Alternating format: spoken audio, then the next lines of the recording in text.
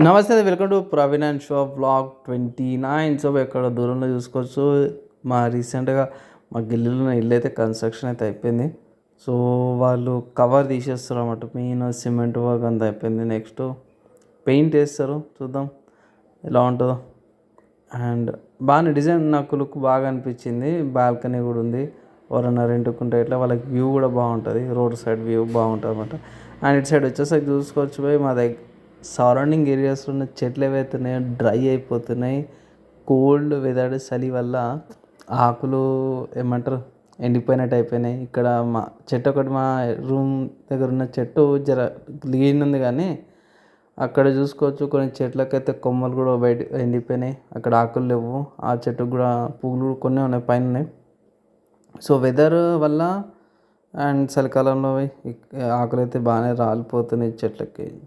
Actually I think సమ్మర్లో ఎక్కువ రాలిపోతాయి కదా, కానీ ఇక్కడ ఏం లేదు. సో సాయంత్రం పూట బజ్జీలు చేసుకున్నాం, అరటికాయ బజ్జీలు. సో శనగపిండి అండ్ ఇది అరటికాయ రెండు అనమాట.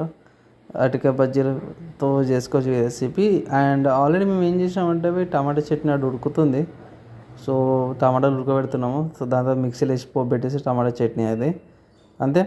అండ్ ఇక్కడ చూసుకోవచ్చు ఇంట్లో మమ్మీ వాళ్ళు చేస్తున్నామంటే ఇక్కడ అరటికాయ బజ్జీలు అయితే డిఫరెంట్గా ఉన్నాయి. పొడుగ్గా కోసినాం కదా, ఇంతగానో ముక్తాయని కూడా నేను అనుకోలేను. వెరైటీగా అనిపించినాయి.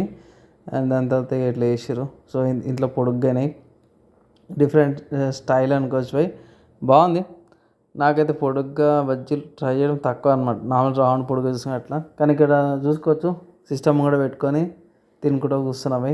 సో ఫస్ట్ అయితే ఒక బయట అయితే దీన్ని చూస్తాను, చట్నీలు అద్దుకొని టమాటా చట్నీ అదే అనమాట. అది మేము రికార్డ్ చేసేటప్పుడు బ్లాగ్లో. సో అది బాగానే ఉంది. అంతే. వీడియోకి ఛానల్ సబ్స్క్రైబ్